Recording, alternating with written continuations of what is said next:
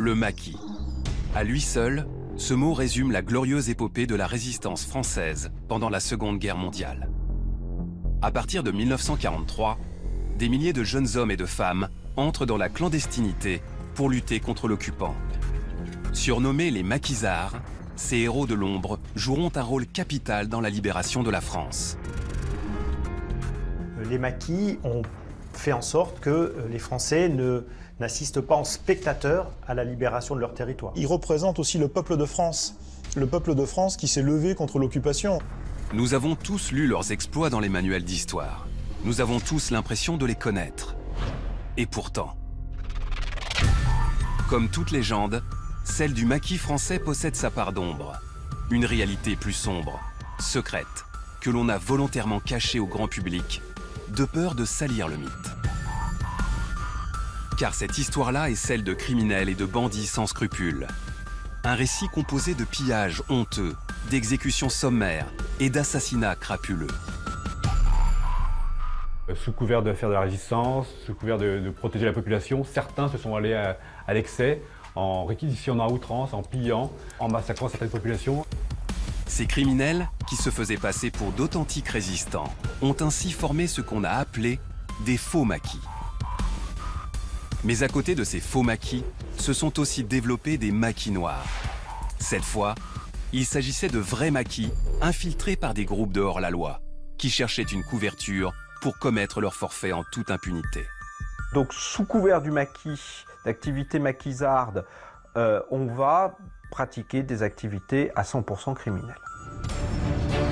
La frontière entre vrais et faux maquisards était parfois si floue que la justice d'après-guerre a eu les pires difficultés à faire la part des choses, au cours d'affaires parfois retentissantes.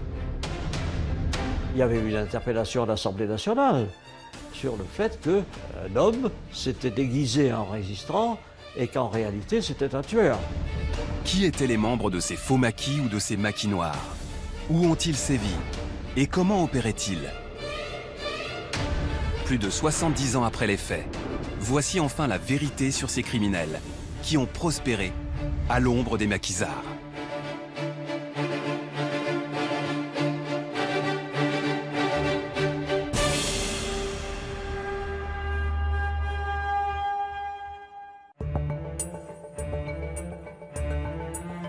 En janvier 1943, la bataille fait rage sur le front de l'Est. Depuis plus de 6 mois, les troupes allemandes se heurtent à une résistance acharnée des soviétiques devant Stalingrad. Encerclée et piégée, la 6e armée du maréchal von Paulus doit finalement capituler le 2 février 1943. Cette défaite marque un tournant de la Seconde Guerre mondiale. On sait désormais que la Wehrmacht est plus invulnérable. On peut la battre, lui infliger une sévère défaite. Pour la première fois, l'armée allemande recule, se rend les armes. Bilan, plus de 91 000 soldats allemands capturés, dont un maréchal. Plus qu'une défaite, c'est une humiliation pour les nazis. Un désastre dont les conséquences se ressentent jusqu'en France. Pour la première fois peut-être, l'Allemagne sent qu'elle risque de perdre la guerre. Donc on mobilise toutes les forces en Allemagne bien sûr, mais on va aussi mobiliser l'ensemble des forces des pays occupés, dont fait partie la France. Les autorités d'occupation vont demander aux autorités françaises, à Vichy, de fournir une main-d'œuvre française pour cet effort de guerre. Pressé d'obéir au Führer, le gouvernement de Vichy instaure le service obligatoire du travail, le fameux STO, 2 semaines seulement après la capitulation des nazis à Stalingrad. Cette loi oblige tous les jeunes de 21 à 23 ans à partir travailler en Allemagne pour alimenter l'effort de guerre du Reich. Sans elle, le maquis français n'aurait peut-être jamais existé. La mesure est extrêmement impopulaire auprès de l'opinion publique. Les gens répugnent à envoyer leurs jeunes en Allemagne. D'abord parce que c'est loin, c'est l'ennemi, qu'ensuite la situation en Allemagne commence à devenir critique à cette époque-là, parce qu'il y a des bombardements réguliers. D'une certaine façon, la loi sur le STO est donc l'acte fondateur du maquis. Car tous ceux qui refusent d'être envoyés en Allemagne n'ont pas le choix. Ils doivent disparaître. on s'aperçoit que se développe un mouvement très large, c'est celui que l'on va appeler le mouvement des réfractaires, ceux qui refusent de partir en Allemagne, et ils sont très vite plusieurs dizaines de milliers dans ce cas. Donc il y a une jeunesse française qui s'est évaporée, qui n'est pas partie en Allemagne et qui est restée en France sur le territoire occupé et qui s'est volatilisée. Aux yeux de Vichy, ces réfractaires au STO sont en situation illégale. Ils encourent des peines de prison. Mais la grande majorité de la population française soutient ce mouvement. Tout est mis en œuvre pour aider ces jeunes Français à vivre dans la clandestinité. La population soutient les réfractaires en les cachant, en leur fournissant à manger, en les hébergeant, en leur fournissant un emploi, de faux papiers. Jusque parfois dans l'administration de Vichy, où on a des fonctionnaires qui essaient de saboter le STO. L'ampleur du phénomène des réfractaires est telle qu'il apparaît très vite indispensable de créer des camps de fortune dans les régions les plus reculées de France, là où les autorités ne s'aventurent pas. Que faire de ces hommes-là? Que faire de ces réfractaires? Qu'est-ce qu'on en fait? Ils sont là, certains veulent combattre, d'autres veulent juste se cacher. La résistance va accepter d'encadrer effectivement ces camps de réfractaires pour en faire des maquis de combattants.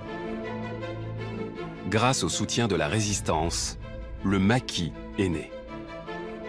C'est une aubaine, effectivement, pour la résistance française. D'un seul coup, on a une main-d'œuvre qu'on peut vraiment transformer en maquisards. Et donc, on va les équiper, on va les entraîner, on va les instruire. La résistance française va s'employer à créer une armée de maquisards de façon à pouvoir, le moment venu, libérer le territoire avec l'aide des Alliés. Mais avant de combattre les troupes d'occupation ou le régime de Vichy, les maquis doivent trouver de quoi survivre dans la clandestinité. Et pour ça, ils n'ont pas le choix. Ils sont obligés de voler de la nourriture et du matériel dans les villages voisins. Le maquis a besoin d'exister et de vivre sur la population qui est autour de lui, donc il va effectivement commencer à se ravitailler en faisant des petits larcins. Qui sont des vols auprès de particuliers dans les fermes, qui sont des pillages de commerce, des pillages de bureaux de tabac, qui sont des vols de tickets de cartes d'alimentation dans les mairies, qui sont quotidiens dans les secteurs où les maquis se développent. Ils sont obligés d'aller au charbon parce que il faut bien qu'ils trouvent de l'argent pour financer leurs activités. Durant cette période trouble, les vrais maquis réussissent donc à survivre en multipliant les réquisitions. Des réquisitions qui, en temps de paix, seraient considérées comme des pillages. La population est parfois bienveillante à l'égard de cette criminalité parce que ceux qui seraient au regard d'une loi normale, en temps normal, jugés comme des criminels, peuvent apparaître comme, on va dire, des Robins des Bois, des bandits d'honneur, c'est-à-dire qu'ils violent la loi, mais pour rétablir un ordre juste. Donc finalement, moralement, ce n'est pas répréhensible.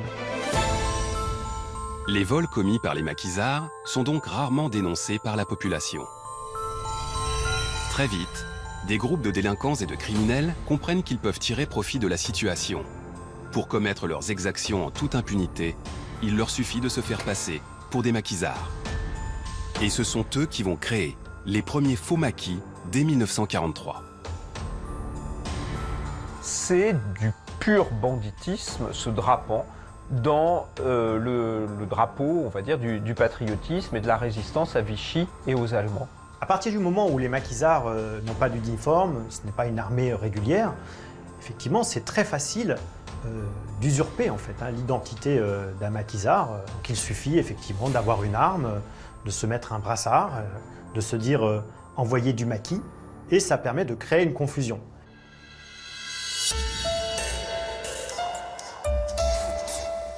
L'un de ces faux maquis a écumé la région de Limoges pendant plusieurs mois. Il s'agit du gang Jacquet. Cette bande se forme en décembre 1943 sous la houlette des frères Jacquet, Lucien et Jean. C'est des jeunes gens qui ont déjà un casier judiciaire, qui ont fait de la prison à Lille pour vol, recel. C'est des petits malfaiteurs. Donc voilà. Les frères Jacquet arrivent à Limoges durant l'exode de 1940. Ils s'y installent et trouvent du travail dans les usines de porcelaine Bernardaud. C'est là qu'ils font la connaissance de leur futur complice, Paul Mazieux, ancien ouvrier agricole, est lui aussi un délinquant notoire. René Lesport, 19 ans, est le plus jeune de la bande. Et enfin Marcel Doué, surnommé l'Alsacien. Leurs premières actions commencent à la fin 1943, plutôt au départ à Limoges même, puisqu'ils essayent de cambrioler des commerces, des entrepôts de vêtements. Il s'agit de cambriolage un peu minable. On vole un peu de nourriture, on vole des bicyclettes. Voilà, assurer, j'ai envie de dire, le quotidien. C'est vraiment de la petite délinquance. Sauf qu'ils se rendent compte assez vite que c'est compliqué, parce que agir en ville, il y a toujours le risque de tomber sur une patrouille de police. C'est donc en périphérie de la ville que les membres du gang Jacquet concentrent leur pillage, au début de l'année 1944. À partir du moment où ils ont un peu plus d'équipement, notamment où ils vont réussir aussi à se procurer quelques armes, ils vont avoir un peu plus d'ambition. Leurs cibles privilégiées sont des villages isolés. Ils y débarquent en pleine nuit et agissent toujours selon le même mode opératoire. Ils se rendent chez des particuliers, essentiellement des fermiers, des agriculteurs, parfois chez des commerçants, en se disant envoyés par le maquis. Une fois qu'ils sont dans la place, et bien ensuite ils se livrent à un pillage pur et simple. Ils vont demander aux paysans de donner de la nourriture, éventuellement s'il y en a des tickets de rationnement, mais surtout tout ce qui peut être négociable, les bijoux, l'or, des titres, etc., etc. Ces raids nocturnes répétés sont très lucratifs pour le gang Jacquet. Le montant de son butin se chiffre rapidement en centaines de milliers de francs, au point que ces pillages finissent par attirer l'attention des policiers. Il va y avoir une enquête de police diligentée qui montre que ce sont toujours effectivement les mêmes hommes. On repère assez facilement les frères Jacquet parce qu'ils sont très grands pour l'époque dans la région, notamment un des deux fait plus d'1,80 m. Si les frères Jacquet sont très vite soupçonnés, les policiers manquent de preuves pour les arrêter, car leurs victimes hésitent à les dénoncer. L'enquête sur le gang Jacquet est difficile pour les gendarmes puisqu'on est typiquement là dans ce cas de victimes qui ont parfois du mal à porter plainte, donc à témoigner, tout simplement parce que ces victimes sont dans la confusion la plus totale. Elles ne savent pas si les auteurs des vols, des pillages sont des résistants ou pas. De leur côté, les frères Jacquet et leurs complices sentent que l'étau se resserre peu à peu. Ils font alors tout leur possible pour brouiller les pistes au maximum. Ils ciblent de plus en plus des gens qui pourraient être des cibles du maquis. Le fait de choisir comme cible des agriculteurs qui sont des trafiquants, des miliciens, des gens plutôt favorables à la collaboration de Vichy. Et cela entretient autour d'eux une sorte de mythe. Ils seraient en fait des résistants, alors qu'ils ne sont que des criminels et qui n'ont jamais eu aucun lien avec la résistance. Pour achever de semer le doute, le gang Jacquet s'attaque même à 2 organismes au service du régime de Vichy, en plein cœur de Limoges. En prenant soin, dans les 2 cas, de bien mettre en scène ces méfaits. Ils vont laisser des petits papillons, des petits tracts, où effectivement il est écrit « Vive de Gaulle »,« Vive le maquis ». Donc très clairement, là, il y a une volonté de signer le forfait commis pour là aussi donc orienter les recherches côté maquisard. Cette stratégie fonctionne parfaitement pendant plusieurs mois. En se faisant passer pour des résistants, les membres du gang Jacquet jouissent d'une relative impunité. Mais au mois d'avril 1944, un banal témoignage anonyme change brutalement la donne. Ils vont être dénoncés. On va signaler à la police qu'il y a des individus qui vivent sous une fausse identité. Au départ, les policiers interviennent donc pour de simples vérifications d'identité. Mais les nombreux objets volés retrouvés au domicile des suspects les trahissent. C'est la fin des activités criminelles du gang Jacquet. Ses membres seront jugés 2 ans plus tard, en décembre 1946, devant les assises de la Haute-Vienne. Après enquête, les faits reprochés sont accablants. 1 meurtre et 59 agressions et vol à main armée. Le procès des frères Jacquet, il est extrêmement important parce que c'est à ce moment-là qu'on va pouvoir, oui, séparer ce qu'est la vraie résistance de ceux qui en ont usurpé les titres. Et tout ça soulève un certain nombre de problèmes parce que, évidemment, l'une des stratégies des frères Jacquet pour se défendre, c'est d'essayer de se faire quand même passer pour des résistants. En disant oui, mais on s'en prenait à des collaborateurs, à des miliciens, à des trafiquants. Malgré les affirmations des frères Jacquet et de leurs complices, aucun maquis officiel ne reconnaîtra cette bande. Et les 2 cerveaux du gang seront condamnés à mort. C'est un verdict qui est au regard du droit français, qui est d'une dureté extraordinaire. Aux yeux de la justice d'après-guerre, que de vulgaires criminels aient osé se faire passer pour des maquisards est une circonstance aggravante. Car contrairement aux vrais maquisards, ces bandes n'agissaient pas pour financer des actions de résistance, mais pour s'enrichir personnellement. Les frères Jacquet sont donc exécutés le 19 juin 1947. Quant aux autres membres du gang, ils sont envoyés au bagne. L'affaire des gangs Jacquet est emblématique des faux maquis puisqu'il y a tous les ingrédients, je dirais, du faux maquis. On a une association de malfaiteurs qui n'a aucun lien avec la résistance, mais qui va essayer d'utiliser l'image de la résistance pour se livrer à des activités criminelles dans une zone en plus où on sait qu'il y a des vrais maquis, le département de la Haute-Vienne. Cette histoire du gang Jacquet est loin d'être une exception. Des affaires similaires se multiplient dans toutes les régions où se développent de vrais maquis. Parfois, la frontière entre banditisme et résistance est encore plus floue. Notamment lorsque les vrais maquis sont infiltrés par des malfrats qui cherchent une couverture pour opérer. C'est l'histoire des maquis noirs. C'est-à-dire un maquis où l'on trouve à la fois des éléments de la vraie résistance et des éléments d'activité plutôt criminelle. L'incroyable histoire du maquis Lecause illustre parfaitement ce phénomène. Tout commence au début de l'année 1944, en Indre-et-Loire, lorsqu'un mystérieux médecin militaire s'installe à Loches, à 40 km au sud de Tours. Donc voilà un type qui arrive et qui est un toubib, et dans cette période où il y a beaucoup de problèmes médicaux, avoir un médecin de plus, c'est plutôt quelque chose de positif pour la population. On l'appelait chez les gens pour qu'ils viennent s'occuper des malades. Et puis certains étaient même ravis de ses services, donc il a eu très vite une bonne réputation de médecin. Tout le monde dans la région connaît cet homme sous le nom du docteur Lecause. Et personne ne doute de son intégrité. Il explique être un résistant, recherché par la Gestapo, recherché par les Allemands. Et donc, il a dû quitter sa région d'origine, l'Ouest, pour venir se réfugier à Loches.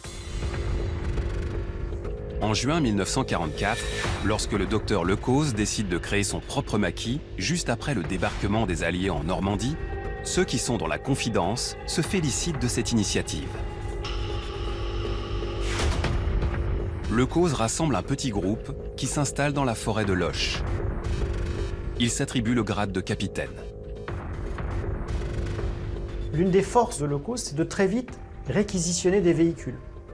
Et en réquisitionnant des véhicules, ça permet à son maquis d'être mobile, de développer des réquisitions dans beaucoup de secteurs, de se montrer à Loches. Ce qu'ils veulent, c'est se montrer, faire des fortiches. Donc c'est un maquis qu'on voit. Donc Lecause séduit une partie des Lochois. Il donne l'impression qu'il est efficace. Visible, efficace, le maquis Lecause impressionne la population locale. D'autant qu'il se livre à une impitoyable chasse aux collabos. Lecause va bâtir sa réputation sur effectivement la chasse aux collabos. Bon. Ce qui est probablement beaucoup plus facile que la chasse aux Allemands. Il ne cherche pas trop à approfondir. Si quelqu'un est qualifié de collabo par la rumeur, c'est un collabo. Point final. Nous avons retrouvé l'un des derniers membres du maquis Lecause. Il confirme. La chasse aux collabos, c'était comme la chasse aux miliciens. On tire. La réputation du capitaine Lecause monte encore d'un cran au début du mois d'août 1944. Les hommes du maquis Lecause vont avoir des accrochages avec les Allemands. À chaque fois, ces accrochages sont de véritables victoires pour le maquis, parce que le maquis Lecause, d'abord tue des Allemands, fait des prisonniers et surtout récupère du matériel militaire, ce qui permet de renforcer encore la puissance du maquis, tout en ne subissant que des pertes très légères. Fort de ses exploits, le capitaine Lecause a tout du résistant idéal. C'est d'ailleurs pour cette raison qu'il attire l'attention des services de la France libre, du général de Gaulle. Le maquis d'ailleurs est reconnu par Londres, il bénéficie de parachutage. Donc tous les jeunes gens de ce coin-là qui veulent rejoindre un maquis vont automatiquement vers Lecause, vers ce maquis-là. C'est pas un choix, c'est logique, quoi. On a cru, les camarades et moi, que c'était officiel. Il n'y avait rien à faire d'autre. Si on voulait aller dans un maquis pour faire preuve de patriotisme, il fallait trouver un maquis reconnaissable par les gens qui dirigent la France, libre. Pour Lecause, cette reconnaissance de Londres est une consécration.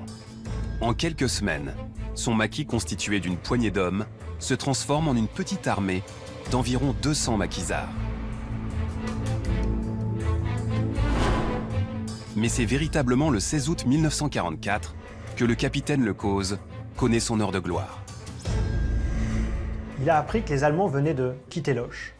Et là où les autres maquis sont un peu hésitants, parce qu'on ne sait pas si les Allemands vont revenir ou pas, lui décide immédiatement, à la tête de ses hommes, de rentrer dans Loches. Une entrée triomphale, extraordinaire. Nous avons été accueillis dans Loches d'une façon extraordinaire. Des cris, vive de Gaulle, vive Lecause, invraisemblable. C'est une ambiance, voilà, c'est Paris libéré, hein, on a tous ces images-là en tête. C'est la même chose au niveau lochois. Des drapeaux bleu, blanc, rouge, des coups de feu en l'air, et tout ça, au milieu d'une population absolument déchaînée, ravie, ça y est, c'est la libération, on est libre. Porté par l'euphorie ambiante, le capitaine Lecause se sent suffisamment fort pour ordonner une véritable opération d'épuration dans la ville. Les hommes de Lecause se livrent à plusieurs arrestations dans la ville. Des personnes sont malmenées. Il a fait tondre les cheveux de 3 collaboratrices avec, je me rappelle, une croix gammée sur le front. En fin d'après-midi, Lecause réunit toutes les personnes qu'il a fait arrêter sur la place centrale de Loches. Il improvise alors un tribunal populaire. À ce moment-là, personne n'ose remettre en cause son autorité d'authentique maquisard. Il y avait la foule, il y avait tout Loches qui regardait avec curiosité ces gens qu'il connaissait, des amis parmi eux. Il fait sortir du rang un type qu'il a reconnu et qui est un inspecteur de police, qui s'appelle l'inspecteur Réco. Devant la population médusée, Lecause accuse le policier d'être un collabo et le fait exécuter sur le champ. Ce qu'on apprendra plus tard, c'est qu'en fait, l'inspecteur Réco était surtout chargé par le préfet de l'époque d'une enquête sur Lecause pour essayer de comprendre qui il était vraiment, de dévoiler sa véritable identité. Et certainement Lecause le savait. Bien sûr, la foule ignore tout de cette enquête. Mais qu'avait donc bien pu découvrir l'inspecteur Réco? Pourquoi Lecause voulait-il sa mort à tout prix? Les Lochois ne tarderont pas à le savoir. En attendant, Lecause et ses maquisards multiplient les arrestations arbitraires. Tout le monde se méfie de tout le monde pendant ces quelques jours, parce qu'on ne sait jamais, on peut être arrêté sans savoir pourquoi. On ne vous donne pas de raison, ce n'est pas la peine. Vous avez été dénoncé, donc Vous allez au donjon. Le fameux donjon historique qui se dresse au-dessus de Loches va à nouveau servir de prison, mais cette fois-ci pour y mettre des braves Lochois qui vont se retrouver internés par la bonne grâce capitaine Lecause, qui est désormais le maître de la ville. Même si le comportement tyrannique de Lecause commence à inquiéter certains Lochois, le capitaine est intouchable. Personne n'ose contester publiquement son autorité. Mais 4 jours plus tard, la situation se retourne complètement. Les Allemands vont revenir en force, je crois qu'on parle d'1 millier d'hommes, si mes souvenirs sont bons, qui vont encercler la ville, et il va y avoir des combats extrêmement durs. Lecause et ses hommes sont obligés de se replier. Pour les Lochois abandonnés à leur sort, c'est la consternation. Les violences qui se sont développées à Loches le 16 août 1944 passent mal. Certaines langues commencent à se délier sur le fait que ce Lecause n'est peut-être pas aussi résistant qu'il le prétend. Et ce n'est que le début. Dans les jours qui suivent sa fuite de Loches, le fameux capitaine Lecause semble complètement se métamorphoser. Il va mener une vie assez folle, une vie de grand seigneur, avec des repas pantagruéliques, des soirées complètement folles. Lecause se comporte un peu comme un homme sans foi ni loi, qui va de château en château, qui violente à chaque fois les personnes qui l'hébergent. La dérive du capitaine Lecause n'est bientôt plus un secret pour personne.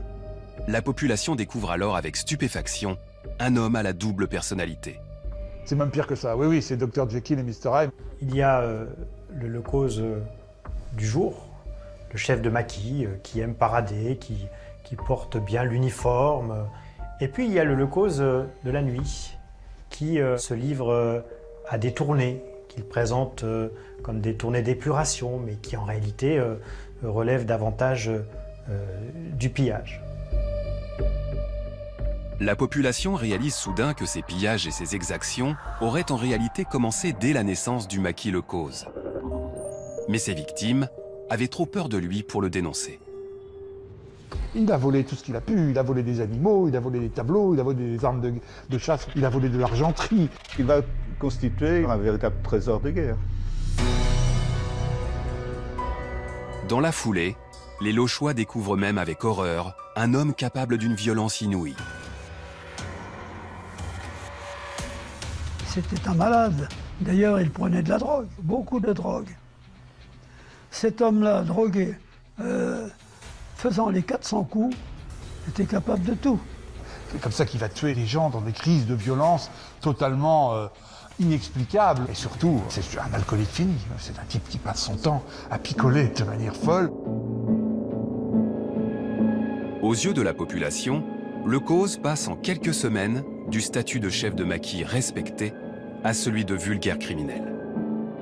Et le 23 octobre 1944, peu après la libération définitive de la région de Loches, les nouvelles autorités décident de le faire arrêter. Et là, les enquêteurs vont tomber un petit peu de leur chaise, si l'on peut dire, puisqu'ils vont découvrir que celui qui se présentait comme un résistant recherché par les Allemands, un médecin, n'avait rien à voir en fait avec tout cela. En réalité, le capitaine Lecause n'existe pas. Il s'agit d'une fausse identité. L'homme qui se cache derrière la figure d'un chef de maquis s'appelle Georges Gaston Raoul Dubosc. Il a 43 ans et il est originaire du Calvados. Mais surtout, c'est un criminel endurci. Il a été condamné une trentaine de fois avant la guerre, pour des vols, pour des escroqueries. Il a passé les 3/4 de sa vie en prison. Et en 1940, d'ailleurs, quand les Allemands arrivent à Angers, il est à la prison d'Angers déjà, pour le meurtre d'un cordonnier, là pour meurtre carrément. Et c'est les Allemands qui vont le libérer à condition qu'il collabore avec eux. Pour échapper à la justice, Georges Dubosc accepte donc de devenir un agent de la Gestapo. Et donc il va servir de mouton, il sera agréé comme mouton, c'est-à-dire mouton, c'est le type qu'on introduit dans une cellule avec par exemple des résistants, qui se fait passer bien entendu pour un résistant, et qui finit par apprendre des choses, et qui après les donne à ses maîtres allemands, qui font à ce moment-là des rafles, des machins, des arrestations, déportations, fusillades, etc., etc. Avant son arrivée à Loches, Georges Dubosc a donc infiltré plusieurs réseaux autour d'Angers, puis en Bretagne, mais jamais sous son vrai nom. Il y aura au moins une dizaine d'identités. Docteur Jean, Le Cause, des noms d'origine allemande, un Steiner, des noms d'origine bretonne, il va s'appeler Lozard par exemple, des choses comme ça. C'est un personnage caméléon, c'est un personnage manipulateur, un comédien qui a un certain talent quand même, pour être crédible, provisoirement en tout cas. À l'issue de l'enquête, Georges Dubosc, alias Le Cause, est inculpé de port illégal d'uniforme, de pillage et surtout de 18 meurtres. Lorsque son procès s'ouvre à Angers le 16 octobre 1945, le faux maquisard est gravement malade. Il comparaît donc à Angers sur une civière. C'est plus que l'ombre de lui-même, c'est un squelette pratiquement. Il est méconnaissable, il a perdu énormément de poids, il ne peut plus se tenir debout. Malgré son état, Georges Dubosc ne bénéficie d'aucune clémence. Il est exécuté le 14 mai 1946.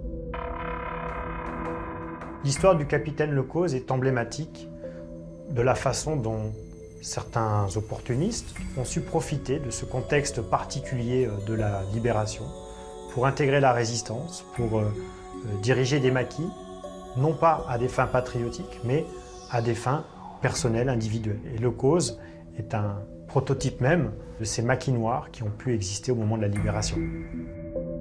Parce qu'il mélangeait action de résistance et criminalité de droit commun, le maquis noir de Le Cause aura discrédité tous ses combattants.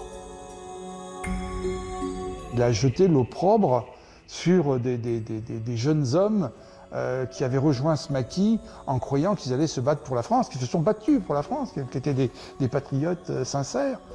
Mais voilà, ils sont tombés, entre guillemets, sur le mauvais chef au mauvais moment. Dès 1943, la résistance prend conscience de ce pouvoir de nuisance considérable des faux maquis, comme celui du gang Jacquet, ou des maquis noirs, comme celui de Le Cause.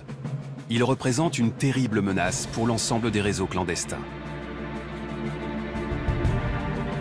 C'est vrai que les agissements incontrôlés, alors que ce soit des faux maquis ou d'éléments incontrôlés, ils représentent un danger, parce qu'ils peuvent les couper de la population. Or, dans ce type de guerre, l'appui de la population est essentiel.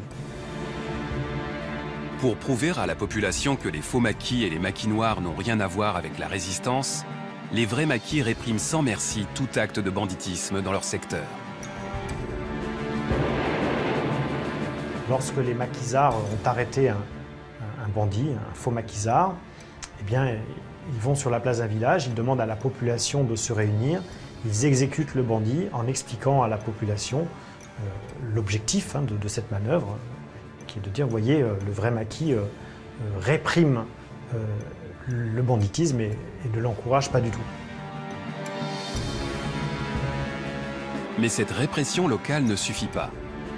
Pour éviter les amalgames entre vrais et faux maquis, la résistance doit absolument trouver le moyen de se démarquer, de prouver à tous les Français que ses motivations sont uniquement patriotiques. Alors, pour frapper les esprits, elle décide d'organiser de gigantesques opérations de communication à l'occasion des commémorations du 11 novembre. Le 11 novembre renvoie à la victoire de la France contre l'Allemagne en 1918. Les Allemands ont interdit que soit célébrée cette date. Donc la résistance, effectivement, va faire du 11 novembre un moment symbolique pour organiser des manifestations. La plus importante, la plus spectaculaire et la plus risquée de ces manifestations se déroule le 11 novembre 1943 à Oyonnax, dans l'Ain. Ces images sont un document exceptionnel. Elles ont été tournées par les maquisards eux-mêmes. c'est le seul témoignage de ces événements. La ville est bouclée. Les hommes arrivent, débarquent des camions et puis ensuite ils défilent en colonne derrière leurs officiers. Pendant environ 1 heure, près de 200 maquisards prennent entièrement le contrôle de cette ville, sous le regard médusé de la population. Là, on est loin de l'armée de bric et de broc clandestine. On est vraiment dans quelque chose de très militaire, très encadré, très structuré. C'est pas que du folklore militaire, parce que c'est l'idée qu'il faut démontrer que la résistance, c'est bien une armée de l'intérieur. Cette démonstration de force est une réussite totale, au point qu'à Vichy, on s'inquiète de l'engouement de la population pour ces maquisards, qu'il devient urgent de décrédibiliser. Pour y parvenir, le régime collaborationniste mise sur un plan très simple. Puisque les Français ont parfois du mal à distinguer les vrais maquis des faux, il suffit de renforcer l'amalgame entre les deux. Vichy essaie de démontrer, au travers de la criminalisation de la résistance, que le maquisard, finalement, c'est jamais qu'un bandit qui s'est donné un alibi patriotique. Donc c'est ça l'idée, c'est de faire peur à la population française, de ne pas travailler avec ces maquisards, de les dénoncer. Le principal artisan de cette campagne de dénigrement est le secrétaire d'État à l'information, Philippe Henriot. Il est cruel de se battre contre ses frères, il est cruel d'affronter la guerre civile, mais il est nécessaire de réprimer sans pitié le pillage, le banditisme et l'assassinat. Cette propagande agressive s'accompagne sur le terrain d'une stratégie de déstabilisation organisée par la milice, l'organisation paramilitaire fasciste du régime de Vichy. La milice va développer dans certains territoires ce qu'on appelle des actions de provocation, c'est-à-dire se livrer à des actions violentes pour essayer d'en faire porter le chapeau aux maquisards, avec toujours le même objectif, faire en sorte que la population se détache des maquis. Après les dégâts causés par les faux maquis ou les maquis noirs, ces opérations de décrédibilisation menées par la milice portent un coup terrible à la résistance. Pour les nazis, c'est le moment ou jamais de lui porter le coup de grâce. Ils espèrent y parvenir en créant ce que l'on appelle des contre-maquis. Pour comprendre de quoi il s'agit, il faut se plonger dans l'histoire de la bande du Bossu.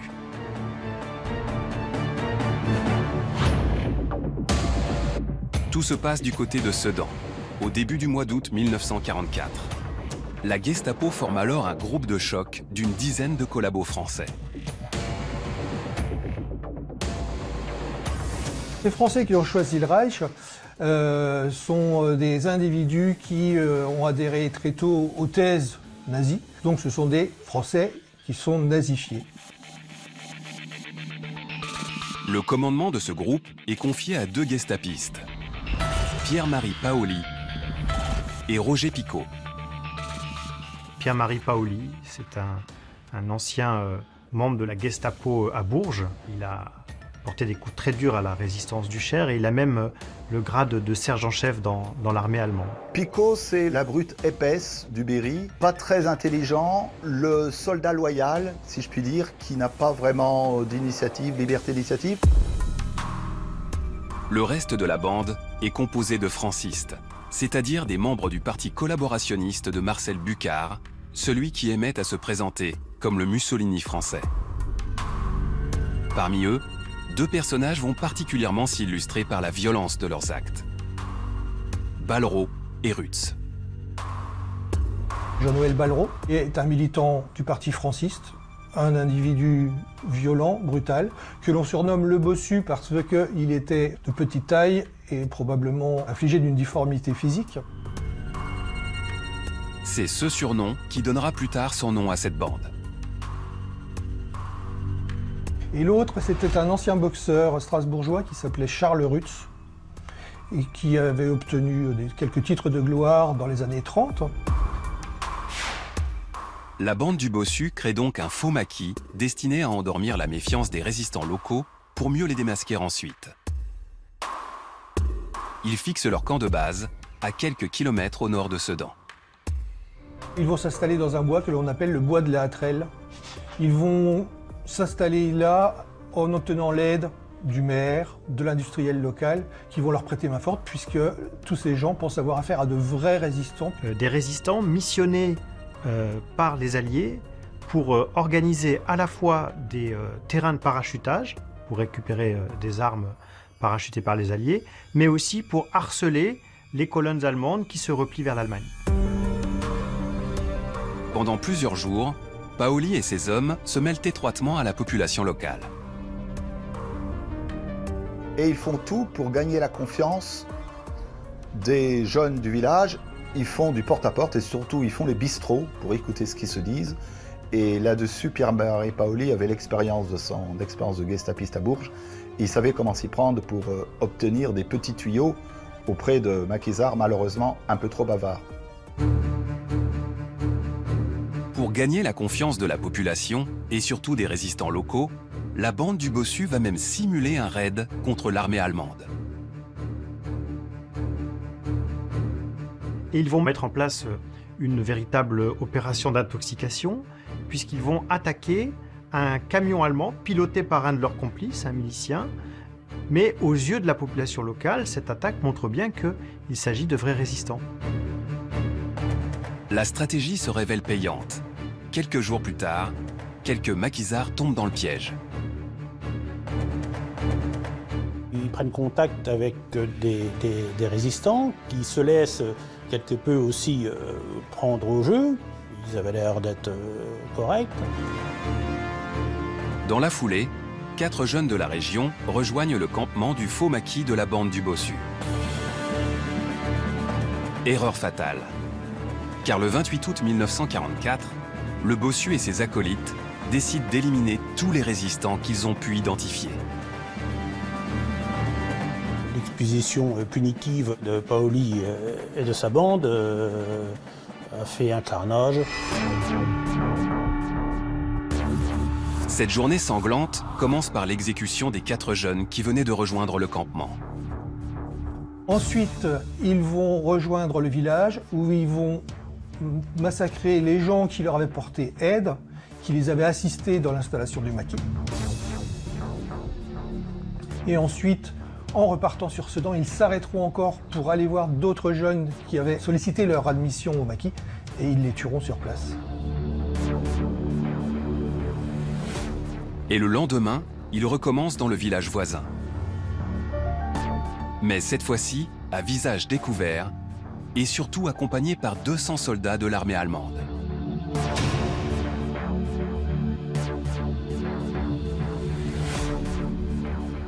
Ces Allemands qui donnaient les ordres, c'est les Français qui faisaient seul boulot. Donc c'est eux, la bande du Bossu, Paoli en tête évidemment, qui géraient la situation. Ils vont procéder aux arrestations de tous les gens avec qui dans ce village ils avaient eu des contacts. Ils ont repéré les chefs du réseau de résistance, ils connaissent leur adresse. Qu'est-ce qu'ils font? Ils s'y rendent. Paoli et ses hommes sont notamment à la recherche du médecin du village, le docteur François. Ils investissent sa maison, mais sur place, ils ne trouvent que sa femme et sa fille. Et là, il y a un déchaînement de violence digne d'un film d'horreur, puisque le fameux Bossu et Pierre Paoli vont torturer Madame François, la femme du docteur recherché. Ils frappaient de plus en plus fort. Et ils frappaient devant les yeux de leur fille, la petite Nicole, qui était alors âgée de 12 ans. Pierre-Marie Paoli, exaspéré par le silence de Madame François, va la battre d'une balle dans la tête.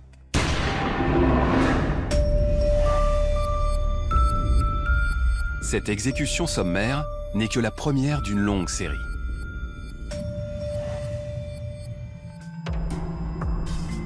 On est là typiquement dans des cas d'horreur, comme étaient habitués à le faire les membres de la Gestapo.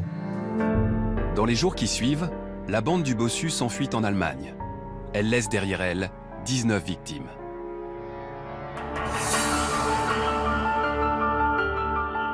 Arrêtés par les Anglais à la fin de la guerre, ses membres sont livrés aux Français. Leur procès s'ouvre en juin 1946. Seul Roger Picot, qui a réussi à prendre la fuite, manque à l'appel. Les débats sont assez tendus et d'après les comptes rendus de presse, les accusés ne font pas forcément profil bas. Ils vont tous assumer leur acte jusqu'à la dernière minute, ce qui en dit long justement sur le formatage philosophique et surtout guerrier de ces Français qui avaient choisi Hitler. Sans surprise, Pierre-Marie Paoli, Jean-Noël Ballereau et Charles Rutz sont condamnés à mort, puis exécutés dans les jours qui suivent.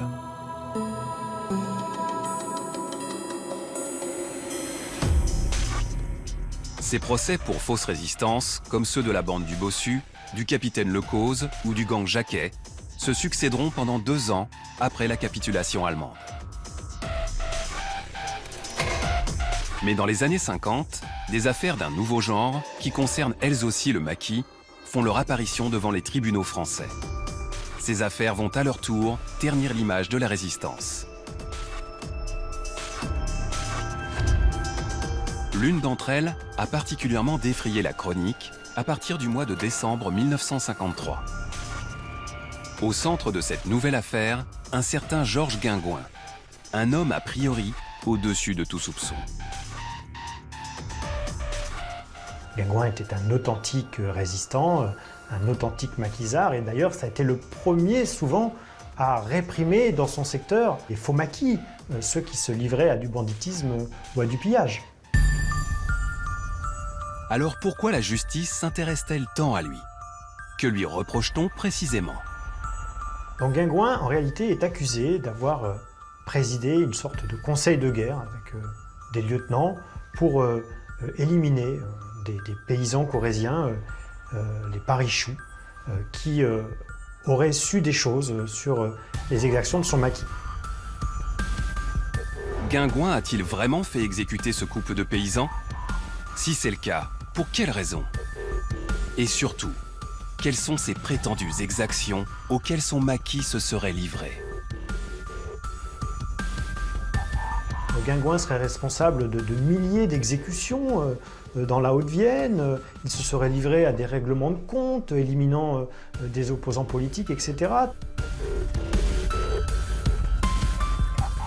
Un faux résistant qui serait coupable de milliers d'exécutions arbitraires?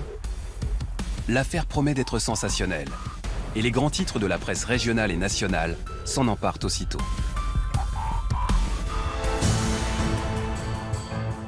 En décembre 1953, le Populaire du Centre publie même un feuilleton quotidien intitulé « Limousin, terre d'épouvante ». À l'époque, c'est Roland Dumas qui défend Georges Guingouin. Il se souvient de l'incroyable déferlement médiatique contre son client. L'affaire est même évoquée au plus haut sommet de l'État. Il y avait eu une interpellation à l'Assemblée nationale sur le fait qu'un homme s'était déguisé en résistant et qu'en réalité c'était un tueur. Voilà, c'était ça le thème général. Et ça s'est répandu contre le Guingouin. Avant même que son procès ne commence, Georges Guingouin est présumé coupable aux yeux de l'opinion publique. Pire, il est perçu comme le symbole des dérives de la résistance. Le personnage, ils l'ont caricaturé au point de dire que c'était un bandit du grand chemin. Voilà, c'était ça. Il était seul face à la meute qui se déchaînait. Pour comprendre cet acharnement, il faut se replonger dans le contexte politique de l'époque. Au début des années 50, la guerre froide, qui oppose les États-Unis et leurs alliés au bloc soviétique, vient de s'abattre sur toute l'Europe. La peur d'une invasion des troupes de l'Est est dans tous les esprits. Les communistes font figure d'ennemis publics numéro 1. Or, Georges Guingouin n'est pas n'importe quel maquisard. C'est un ancien FTP, franc-tireur et partisan. Autrement dit, un communiste. Tout un discours se développe au moment de la guerre froide sur le fait que, de toute façon, les FTP ne poursuivaient pas des objectifs patriotiques au moment de la libération, mais poursuivaient davantage des objectifs révolutionnaires. Éliminer des opposants politiques, prendre le pouvoir. Donc de là à dire que ce sont des criminels, il n'y a qu'un pas et il y en a qui le franchissent assez allègrement. À travers le procès de Guingouin, ce sont donc tous les maquisards communistes qui sont montrés du doigt. L'opinion publique exige que la justice fasse un exemple. L'affaire Guingouin, elle montre une volonté d'abord de toucher un chef assez prestigieux de la résistance, et donc d'entamer l'aura de la résistance en s'attaquant à un personnage qui est assez emblématique finalement, hein. Compagnon de la Libération, libérateur de Limoges, chef de maquis. Cette haine à l'encontre de Georges Guingouin gagne de nombreuses couches de la société. Elle est particulièrement virulente dans les milieux des forces de l'ordre. Et dans la nuit du 22 au 23 février 1953, alors qu'il est incarcéré dans la prison de Brive, Guingouin est sauvagement agressé par ses gardiens de prison. Et il est quasiment laissé pour mort dans sa cellule. En réalité, c'est une tentative d'assassinat. C'est parce que c'était un chef de maquis, parce qu'il avait la nation tout entière contre lui, qu'on a essayé de lui faire la peau. L'épisode est très embarrassant pour la justice, qui décide de remettre Guingouin en liberté surveillée. Et dans les semaines qui suivent, ses avocats passent enfin à l'offensive.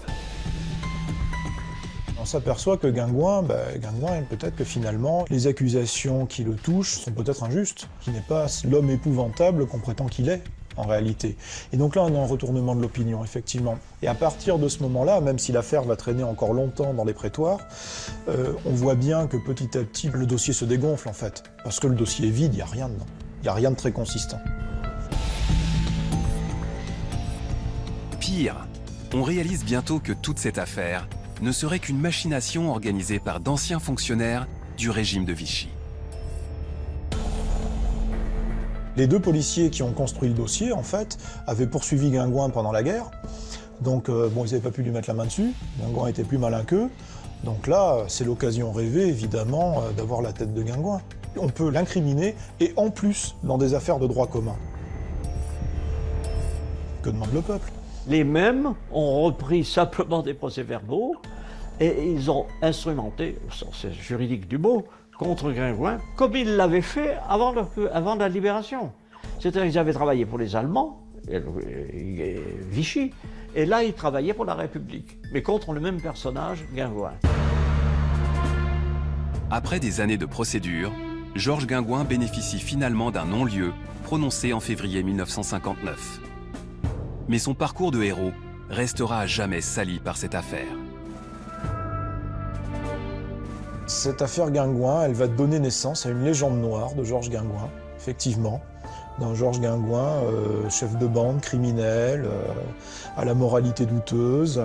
Aujourd'hui encore, la légende noire de Guingouin continue parfois de persister avec des gens qui l'accusent d'être l'auteur de milliers d'exécutions.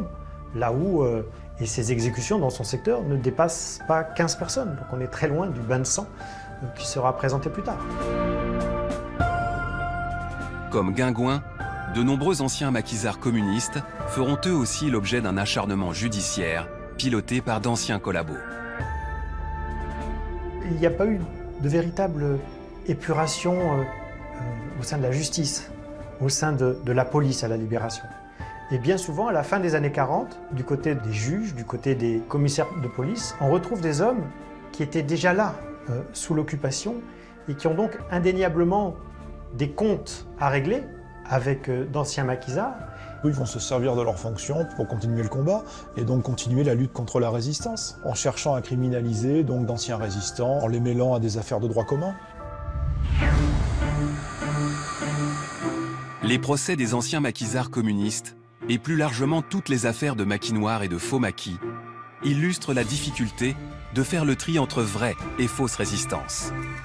C'est probablement ce qui explique que l'on ait longtemps préféré occulter cette réalité historique. Mais aujourd'hui, plus de 70 ans après la fin de la Seconde Guerre mondiale, il est désormais possible de bien différencier vrais résistants et bandes de criminels.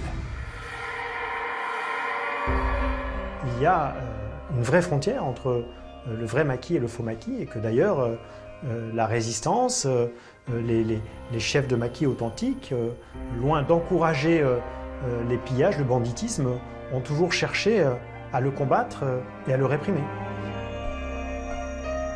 Malgré les recherches récentes sur les maquis noirs et faux maquis, il reste encore difficile d'évaluer précisément l'ampleur du phénomène. Mais ces histoires n'ont pas fini de hanter les campagnes françaises.